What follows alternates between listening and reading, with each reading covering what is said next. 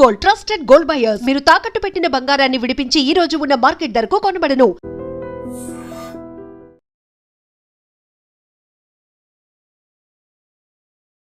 నమస్తే, welcome to I dream.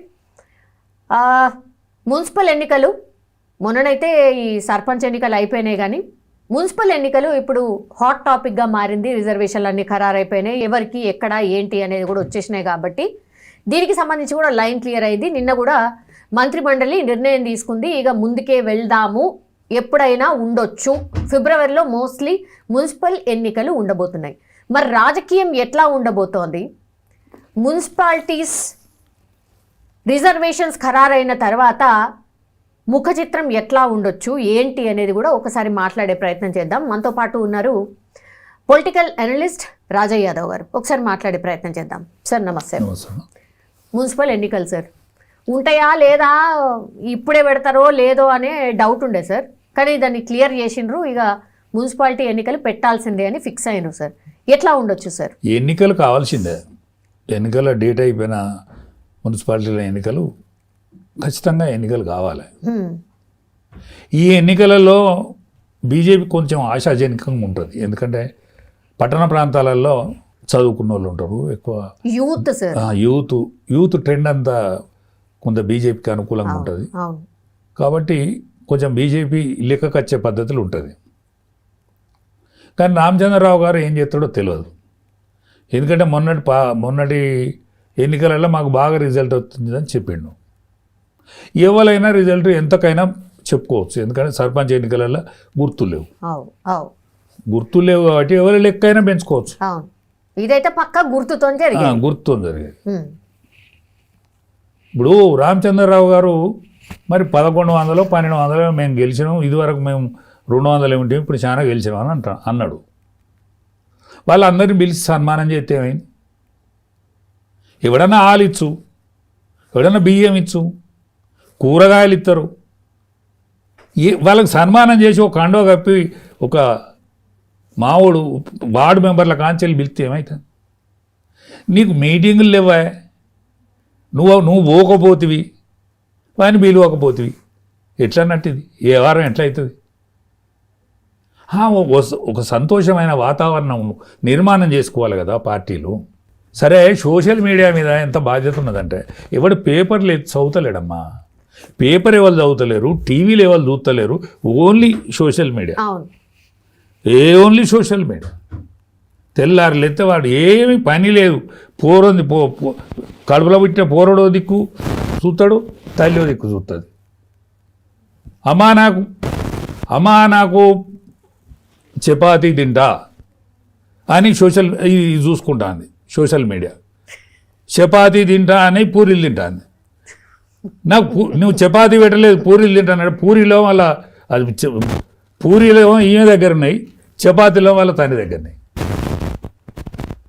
నువ్వు సరిగ్గా చూసుకో, ఆ సోషల్ మీడియాని బంద్ చేయంటే అప్పుడు రొట్టెలు కనిపిస్తాయి. అంటే ఈ విధంగా అయింది కాబట్టి బాధ్యత ఉన్నదని చెప్తాను నేను. సోషల్ మీడియా విపరీతమైన బాధ్యత ఉన్నది. బాధ్యతారాహిత్యమైన విషయాల కోసం జోలికి పోకండి, ఎందుకంటే మీకు రెస్పెక్ట్ ఉన్నది, ప్రజలల్లా నేరుగా రెస్పెక్ట్ ఉన్నది. ప్రజలు చూస్తాను, నేను తీన్పై చెప్పాయి, కానీ ఓన్లీ సోషల్ మీడియాలో కనిపించిన కింద నాకు రోజు 50 ఫోన్లు వస్తాయి. చిత్తూరు ఫోన్ చేస్తాను నాకు. అంటే సోషల్ మీడియా ఏదనుకుంటే అది అవుతుంది. అందుకని కొంచెం బాధ్యతాయుతంగా సోషల్ మీడియాకి ఏమైనా కోపం రాదు ఇక నా మీద, ఎందుకంటే పార్టీలకి కోపం వచ్చింది. కేసీఆర్ కోపం వస్తే, కేసీఆర్కి నాకు కుదరకపోతే నేను ఆ పార్టీ నుంచి వచ్చిన. పార్టీల నుంచి వచ్చి నేను నేను బీజేపీలో పడ్డా. బీజేపీలో అంటే పెనం మీద నుంచి పొయ్యిలో పడ్డట్టు అయింది నా పని. ఎక్కడ పడ్డాక కూడా నాకేం భయం లేదు. ఈ శేష జీవితాన్ని ఆరోగ్యం ఉన్నంతసేపు నేను ఇట్లా గడుపుతా. సోషల్ మీడియా నాకు సపోర్ట్ చేస్తుంది. అచ్చా, కేసీఆర్ పుణ్యమే ఇది, కేసీఆర్ పుణ్యమే. కవితకో కన్న తండ్రి అయిన కింద ఆమె వార్త, నాకో దోస్త్ అయిన కింద నా వార్త. ఎక్కడైనా మా ఎత్తనే ఉన్నాయి. అందుకనే కవిత కూడా సోషల్ మీడియాలో వచ్చినంత మాత్రాన నీ కుటుంబం బల్సనవుతుంది. మరి మీరు కేటీఆర్ గారు కేసీఆర్ గారికి మరి మీ కడుపులో హరీష్ని కథం పట్టియాలని గిట్టున్నదా?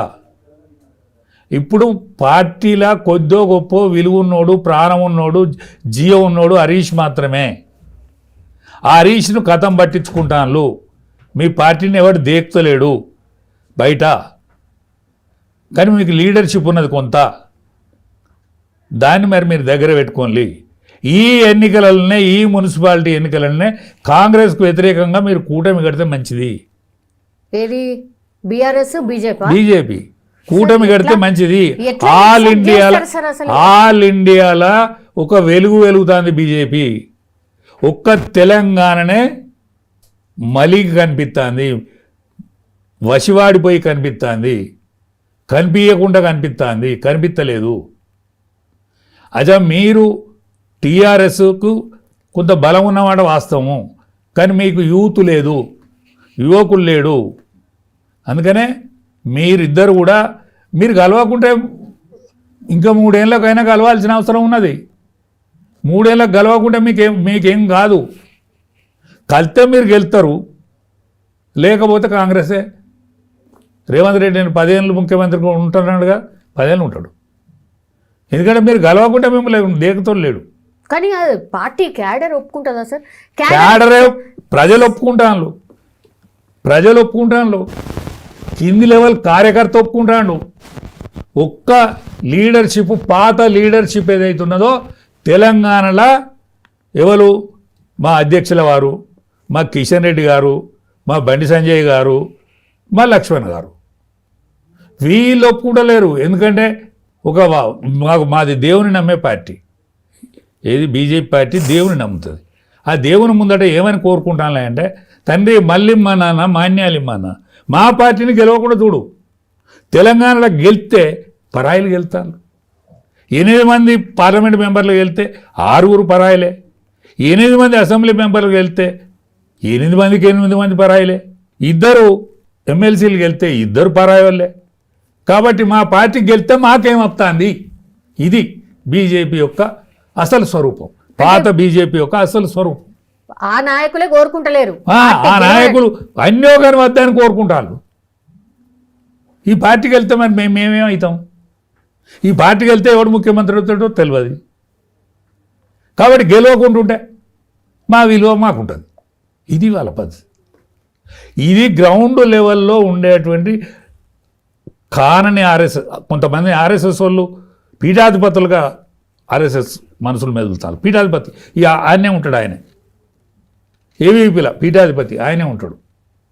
ఇంకా ఏవీపీలో కష్టపడి ఉద్యోగాలు పోగొట్టుకొని అనేక దెబ్బలు పడి, అనేక సాధకాలు పడి, ఇవాళ సంఘంలో కూడా అనేక రోజుల నుంచి పనిచేసిన వాళ్ళని కాంతలేరు. వాళ్ళందరూ నాకు ఫోన్ చేస్తాను, నువ్వు ఉన్నట్టు మాట్లాడుతున్నావు. అంటే మీ లెక్క ప్రకారం సార్, ఈ సీనియర్ మోస్ట్ ఎవరైతే ఇప్పటి వరకు చలామణి అవుతున్నారో వాళ్ళందరిని తీసేసి కొత్తలను తీసుకోవాలంటున్నారా? అట్లనా? లేకపోతే తప్పు లేదు. యాక్టివ్గా పనిచేసే వాళ్ళకు పని ఇవ్వండి. మీ చుట్టూ మీరు తిరిగి దండం పెట్టి, మీ చుట్టూ మీరే తిరిగి దండం పెట్టుకున్న వాళ్ళు మీరు అక్కర్రారు. ప్రజాక్షేత్రంలో తిరిగేతోళ్ళకు పని చెప్పండి, ప్రజాక్షేత్రంలో కష్టపడే వాళ్ళకు పని చెప్పండి. మీరు తప్పుకోండి. ఎందుకంటే యావత్ భారతావనిలో సనాతన ధర్మం మీద చర్చ జరుగుతుంది. ఈ సనాతన ధర్మం మీద ఆర్ఎస్ఎస్ బృహత్తర పథకం వేసిన మాట నిజం, కానీ అది మొత్తం మీరే చేస్తానని అనుకుంటే అబద్ధం. అనేక మంది కవులు, కళాకారులు, గాయకులు, నిష్ఠాతులు, సన్యాసులు వీళ్ళందరూ కలిసి ఇవాళ సనాతన ధర్మాన్ని ఎత్తుకుంటే ఇవాళ మనం ఒక వెలుగుతాం. సృష్టికర్తలు మీరే కావచ్చు, కానీ మేమే సృష్టించినాం, మా వాళ్ళనే ఇది నడుతుందని అనుకుంటే అబద్ధం. నువ్వేం నష్టం చేసినావు? కేసీఆర్ ఏం నష్టం చేసిండు తెలంగాణకు? ఏం కేసీఆర్ పోరాటం చేసిన మాట నిజం, తెలంగాణ వచ్చిన మాట నిజం, కానీ సుష్మా స్వరాజ్ పేరెత్తరే బీజేపీ వాళ్ళు. సుష్మా స్వరాజ్ వల్లనే కదా ఇవాళ తెలంగాణ వచ్చింది, చిన్నమ్మ అలానే కదా వచ్చింది. సోనియా గాంధీ భయపడ్డది కదా, భయపడితే బిల్లు పెడతావా, నేను శిరోముండనం తీసుకొని ఆడ కూర్చుంటే పార్లమెంట్ ముందట అని ఆమె కదా. ఆనాడు విల్లు పెట్టించింది. ఇవాళ ఒక్క నాయకుడు మాట్లాడా సుష్మా స్వరాజ్ గురించి? తెలంగాణలో మీది ఎట్లా? తెలంగాణలో మీరు ఎట్లా ఒక్క విగ్రహం పెట్టరా? ట్యాంక్ బండి మీద తెలంగాణ తల్లి చిన్నమ్మ విగ్రహం పెట్టరా? సోనియా గాంధీ విగ్రహం పెడతా ఉంటాను కాంగ్రెస్ వాళ్ళు. మీరెందుకు పెట్టరు? మీకేం పుట్టింది? యావత్ భారతం అనేది ఒక వెలుగు వెలుగుతుంది కదా. మీరు 8 మంది పార్లమెంట్ మెంబర్లు అయింది కదా, 8 మంది అసెంబ్లీ మెంబర్లు అయింది కదా. ఎట్లా మిమ్మల్ని ఎట్లా కాంతుంది? ఇప్పుడు మీరు ప్రజలలో పోవాలి కదా, ఏం పేరు పెట్టుకొని పోతారు? అందుకనే కానీ మీరు అనుకున్నట్టుగా, ఇప్పుడు మీరు అంటున్నట్టుగా బీఆర్ఎస్ బీజేపీ రెండు కలిసే మున్సిపాలిటీలో ఎన్నికల్లో పోటీ చేయాలి. పోతే మంచిది, పోతే ఇప్పటికి మంచిది. పైన వాళ్ళు అసలు వాళ్ళే కలిసి లేదు. అట్లా కాదమ్మా, ప్రజలు అనుకుంటాను. ప్రజలు అనుకునేది మీరు వినకపోతే 3 ఏళ్ళకైనా మీరు వినాల్సి వస్తుంది. 3 ఏళ్ళైనా మీరు వినాల్సి వస్తుంది. 3 ఏళ్ళకు కూడా మీరు విన్నారనుకో, రేవంత్ రెడ్డి ముఖ్యమంత్రిగా ఉంటాడు. మీరు వినకుంటే మీరే ఇదే పంతాలు పట్టింపులకు పోతే. కానీ కేసీఆర్తో కాదు, ఇది కవితతో కాదు, కేటీఆర్తో కాదు, హరీష్ కప్పచెప్పాలి పార్టీని. బీఆర్ఎస్ను మీరు ఉంచుకొని టీఆర్ఎస్ని ఆయనకు అప్పచెప్తే ఇదంతా కుదురుతుంది. మీకు కూడా గౌరవమైన ముగింపు వస్తుంది. అంటే బీఆర్ఎస్ సపరేటు, టీఆర్ఎస్ సపరేటు. బీఆర్ఎస్ను వాళ్ళు అది పెట్టుకోవాలి, ఫోటో పెట్టుకోవాలి, కింద బీఆర్ఎస్ని పెట్టుకోవాలి, వీళ్ళు ముగ్గురు మీద ఫోటోలు వేసుకోవాలి, అంతే. మరి క్యాడర్ టీఆర్ఎస్లు ఉంటుంది, బీఆర్ఎస్ వాళ్ళు ముగ్గురు ఉంటారా? లీడర్లు చెప్తారు సార్. ఎంత కోపం ఉన్నా కూడా మీరు. కోపం కాదు, వాళ్ళ మంచి కోరి చెప్తాను నేను వాళ్ళ మంచి కోరి చెప్తాను. హరీష్కి అప్పచెప్తే మీ ముగింపు కూడా మంచిగా అవుతుంది. మీకు కేసు మన్నో మశానో మీకు అట్లాంటిది ఏమన్నా ఉన్నా కూడా మీకు మంచిగా అవుతుంది. అందుకేనా సార్ ఊరికే వార్తలు వస్తున్నాయి, ఇక హరీష్ రావు గారు బీజేపీకి పోతారు అనే వార్త వస్తుంది. అది నిజమే అవుతుంది వచ్చా సార్? ఇప్పుడు ప్రజలు ముందుగానే పసిగట్టి వార్త రూపంలో పంపుతారమ్మా జనాలకు.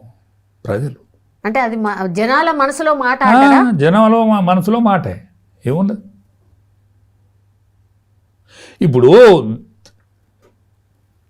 ఇప్పుడు ద్రౌపది స్వయంవరంలో మత్స్యయంత్రాన్ని కొట్టిన వ్యక్తి ఎవరురా అంటే అర్జునుడు అన్నాడు, కర్ణుడే అన్నాడు స్వయంగా.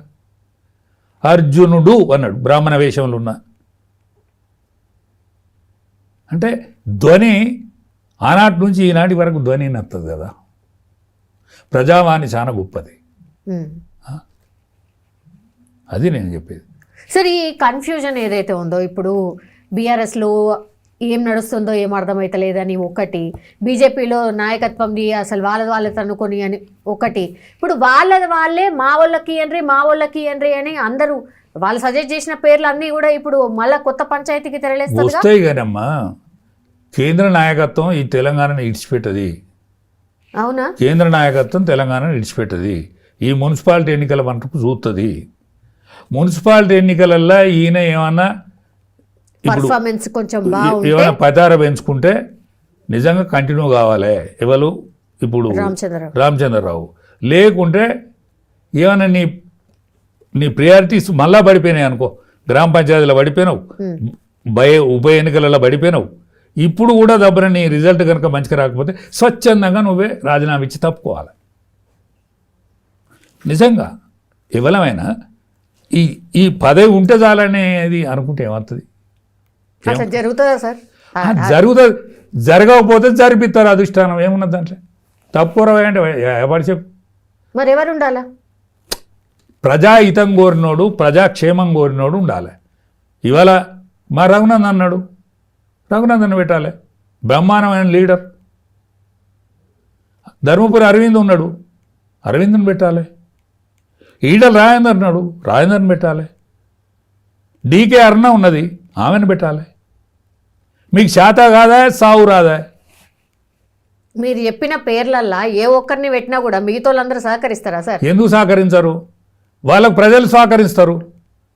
నాకు సహకరిస్తానులమ్మా, నాకు సహకరిస్తాను. నాకు రోజు 50 ఫోన్లు వస్తాయి. నువ్వు బ్రహ్మాండంగా మాట్లాడినావన్నా, ఉన్నది ఉన్నట్టు మాకు నిజంగా కడుపులో ఆనందమైందని చెప్తాను. నేను ఎంత బోడగుండు అని 70 ఏళ్ళు దాటినాయి. నాకు ప్రశంసలు వస్తాయి, వాళ్ళకెందుకు రావు? ఏ అధిష్టానమైనా సార్ ఇట్లాంటి ఎలక్షన్స్ అంత సీరియస్గా తీసుకుంటుందా? నిజంగా ఎవరైతే లీడర్ ఉన్నారో వాళ్ళ మీద ఖచ్చితంగా. ప్రెషర్ ఉంటుందా? ఎందుకంటే తెలంగాణను రాబోయే రోజులలో తెలంగాణలో యాక్షన్ ఇక్కడ బీజేపీ కూర్చుండాలని అనుకుంటుంది, బీజేపీ ముఖ్యమంత్రి కావాలని అనుకుంటుంది. కాబట్టి ఖచ్చితంగా పనిచేస్తారు వాళ్ళు. ఈసారి టార్గెట్ తెలంగాణ టార్గెట్ తెలంగాణ 600 తెలంగాణ. ఎందుకంటే వింధ్య దాటింది. వింధ్య పర్వతాలు యువతలు ఉండేదంతా సౌత్లో ఏకైక రాష్ట్రం ఇవాళ మహారాష్ట్ర అయితే బ్రహ్మాండమైన తొనికి సలాడుతుంది. బాంబే మున్సిపాలిటీని కొట్టేసిండ్రు. 28 మున్సిపాలిటీలకు 25 మున్సిపాలిటీలు గెలిచిండ్రు. బాంబే కార్పొరేషన్ కన్వీనియర్ గారి మెజార్టీ వచ్చింది. ఇవాళ దేవేంద్ర ఫడ్నవీస్ దక్షిణాదిలో మొనగాడుగా నిలిచేటువంటి రోజు వచ్చింది. కర్ణాటకలో ఖచ్చితంగా ఇదివరకే పరిపాలించారు. బెంగాల్ కొట్టేస్తాం అనేటువంటి ఆలోచనలు ఉన్నారు. ఇవాళ 8 పార్లమెంట్ మెంబర్లు, ఆనాడు 62 అసెంబ్లీ మెంబర్లలో మెజారిటీ వచ్చింది. ఈ తెలంగాణను ఇడిచిపెట్టారు. ఈ లీడర్లకు పాడుబుద్ధి ఉన్నా కూడా పైనున్న లీడర్షిప్కు ఖచ్చితంగా ఈడ పట్టు సంపాదించాలనేటువంటి ఆలోచనలో ఉన్నారు. 600 ఇక్కడ తెలంగాణలో బీజేపీ గవర్నమెంట్ రేపు వచ్చి తీరుతుంది. అందులో బీసీ ముఖ్యమంత్రి అయి తీరుతాడు. బీసీ ముఖ్యమంత్రి పోయినసారే బీసీ ముఖ్యమంత్రి అని అన్నారు. ఖచ్చితంగా ఈసారి కట్టుబడి ఉంటారు. ఓకే, ఇప్పుడు మీ ఎక్స్పెక్టేషన్ సార్, మున్సిపాలిటీలో సక్సెస్ అయితే ఒక లెక్క సార్, సక్సెస్ కాకుంటే ఇంకో లెక్క. మీ అంచనా ప్రకారం మున్సిపాలిటీలో ఎట్లా పర్ఫామ్ చేస్తారు అన్ని పార్టీస్? మున్సిపాలిటీలలో ఎవరికి వాళ్ళే పోటీ చేస్తారని అనిపిస్తుంది ఇప్పటికైతే. ఎవరో వాళ్ళు పోటీ చేస్తే మాత్రం కాంగ్రెస్ కెట్ చేస్తుంది. ఓకే, కాకుంటే యానన్నా అరే గిడ మనం ఓడిపోయేటట్టున్నది, గిడ గెలిచేటట్టున్నాం అనేది విజ్ఞులైనటువంటి లీడర్షిప్ ఆలోచించి సరి చేసుకుంటే. ఇప్పుడు పరకాల్లో మాకు వరంగల్ జిల్లాలో, ఉమ్మడి వరంగల్ జిల్లాలో పరకాల్లో ఒకే మున్సిపాలిటీ ఉన్నది. టీఆర్ఎస్ మేము కలిస్తే గెలుతాం. ఓకే, ఇవాళ ఉమ్మడి మెదక్ జిల్లా ఉన్నది. ఉమ్మడి మెదక్ జిల్లాలో కాంగ్రెస్ పార్టీకి ఎక్కడ ఎడ్జి లేదు. ఒక సంగారెడ్డి ఇంకొక ప్రాంతంలో తప్ప. ఆడవాళ్ళు రఘునందను, హరీష్ రావు ఇంకా సీనియర్ నాయకత్వం కనుక అనుకునేది ఉంటే ఖచ్చితంగా మెదక్లో రిజల్ట్ వస్తుంది. ఇవాళ డీకే అరుణ గారు ఉన్నారు, అక్కడ రిజల్ట్ వస్తుంది. కరీంనగర్లో బండి సంజయ్ గారు ఉన్నాడు. బండి సంజయ్ గారు ఏం చేయాలి? ఈటల రాజేందర్ గారిని కూడా కలుపుకొని, ఎందుకంటే కలుపుకోవాలి. ఎందుకంటే రిజల్ట్ నీది కాదు సార్. అన్ని ఇంపాసిబుల్ అయ్యేటే చెప్తున్నారు. ఇంపాసిబుల్ చేసుకోవాలి. మీ తాతది కాదు, మీ తండ్రిది కాదు. ప్రజలు ఓట్లయితే మీరు నాయకులైన్లు, ప్రజలు ఓట్లయితే మీరు మంత్రులైన్లు. మేమే గెలిచినామని అనుకుంటే తప్పు. ప్రజల మనసుల, ప్రజల నాభిలో ఏదైతున్నదో అది చెయ్యాలి. మీరు చెయ్యకపోతే అందరికి పట్టిన గతే మీరు పడతారు. ఇందిరాగాంధీ కంటే గొప్పని కాదు, కేసీఆర్ కంటే గొప్పలు గారు. వాళ్ళకి ఏ గతి పట్టిందో మీకు గదే గతి పడుతుంది. ఆలోచించుకోవాలి నాయకత్వం. ఇప్పటికీ కేసీఆర్ పోయి అక్కడ ఫామ్ హౌజులు ఉంటాయంటే హరీష్ రావు లాంటివానికి, ఇవాళ కేటీఆర్ లాంటివానికి సోయి ఉండద్దా? వాళ్ళు ఇద్దరు కలిసి పనిచేయద్దా? ఆయన తిడతాంటే నువ్వు ఊకుంటాను. అందుకనే ప్రజలు బాగా గమనిస్తారు.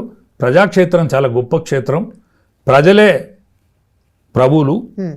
మీరు ప్రభువులు అనుకుంటే తప్పు. ప్రజలు ఓటు వేస్తే మీరు ప్రభువులైనలు. దోసుక తింటే కాల్చుక తింటారు రేపు. ఇప్పుడు జిల్లాలకు సంబంధించిన టాక్ నడుస్తుంది సార్. 33 జిల్లాలు కాస్త ఇప్పుడు 17 అయితే అని అంటున్నారు. నియోజకవర్గం ఇప్పుడు పార్లమెంట్ నియోజకవర్గాలు ఎన్ని ఉన్నాయో అన్ని నియోజకవర్గాలకు సంబంధించిన జిల్లాలే ఉంటాయి అనేది ఒక చర్చ సార్. మీకేమనిపిస్తుంది సార్? నిజంగా తగ్గియాలా? ఖచ్చితంగా తగ్గియాలి. ఎందుకంటే దొయ్యకో దొర అర్రకో దొర సానుమతిగా అయింది. ఇది మంచిగా లేదా సార్? మంచిగా లేదు. ఇప్పుడు మా ములుగు జిల్లా, ములుగు కాన్స్టిట్యున్సీకి ఒక్కటే ములుగు జిల్లా అది. ఇప్పుడు మా దగ్గర ఇంకోటి సింగరేణి మన ఇది భూపాలపల్లి ఉంటుంది, అది ఒక్కటే నియోజకవర్గం, అదో జిల్లా. వరంగల్ అనంకొండ కలిసే ఉంటుంది. వరంగల్ ఓ జిల్లా, అనంకొండ ఓ జిల్లా. అది ఏకశిలా మహానగరం. కాకతీయులు పరిపాలించినటువంటి మహానగరం అది. దాన్ని 2 ముక్కలు చేశారు. అది ఒకటే జిల్లా ఉండాలి. ఇప్పుడు 22 పార్లమెంట్ కాన్స్టిట్యున్సీలో అయితే అని అంటాను. 22 అంటున్నారు, 17 అంటున్నారు. 17 పాతాయి, పునర్వ్యవస్థీకరణ జరిగితే 22, 23 అవుతాయి. దాన్ని దృష్టిలో పెట్టుకొని జిల్లాలు చేయాలి. దాన్ని దృష్టిలో పెట్టుకొని జిల్లాలు చేయాలి. ఓకే, ఇవాళ కేసీఆర్ చేసిండు కాబట్టి అసలే వాటిని ముట్టుకోవటానికి వీల్లేదని కేటీఆర్ హుకుం జారీ చేస్తుంది వీల్లేదు. రేవంత్ రెడ్డి ఖచ్చితంగా నీకు అవకాశం ఉన్నది, నువ్వు చెయ్యి. కానీ ఒక రిటైర్డ్ జడ్జ్, ఒక నిష్ఠాతుడైన రిటైర్డ్ జడ్జితోటి రాజకీయ పార్టీలతోటే కాకుండా ఇంకా సంస్థలు ఉంటాయి, ప్రొఫెసర్లు ఉంటారు, వాళ్ళందరితో కూడా ఆలోచన చేసి వాళ్ళందరి రిపోర్ట్ తీసుకొని ఖచ్చితంగా జిల్లాలు చేస్తామని అంటున్నారు సార్. మరి చెయ్యాలే, చెయ్యకుంటే కూడా కరెక్ట్ లేదు. ఇవాళ 153 అసెంబ్లీ నియోజకవర్గాలు అవుతాయి, మరి కావా? జనాభా పెరుగుతా అంటే అట్లే ఉంటుందా? ఇప్పుడు మల్కాజ్గిరి కాన్స్టిట్యున్సీ ఉన్నది, అది 3 పార్లమెంటు నియోజకవర్గాల పరిధి.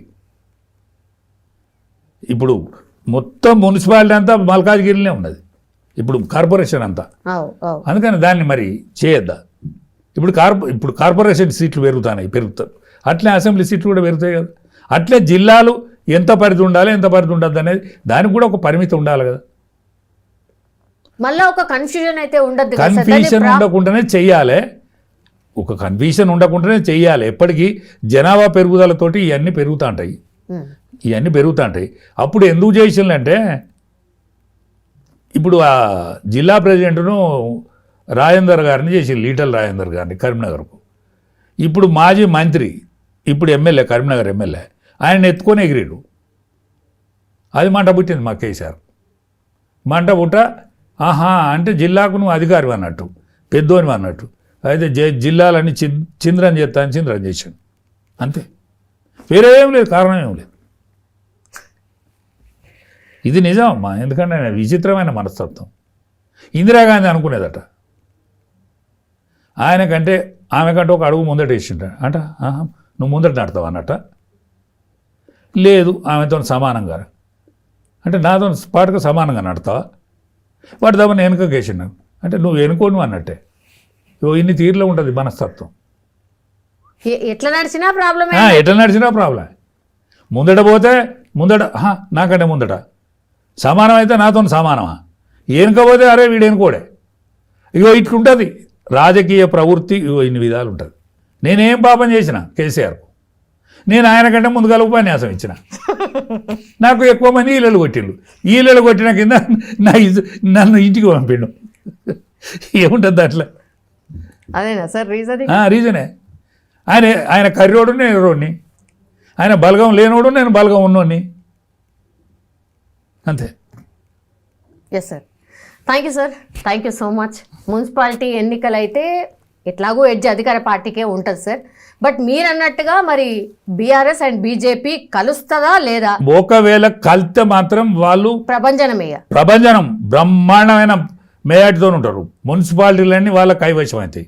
Okay, yes sir, thank you so much.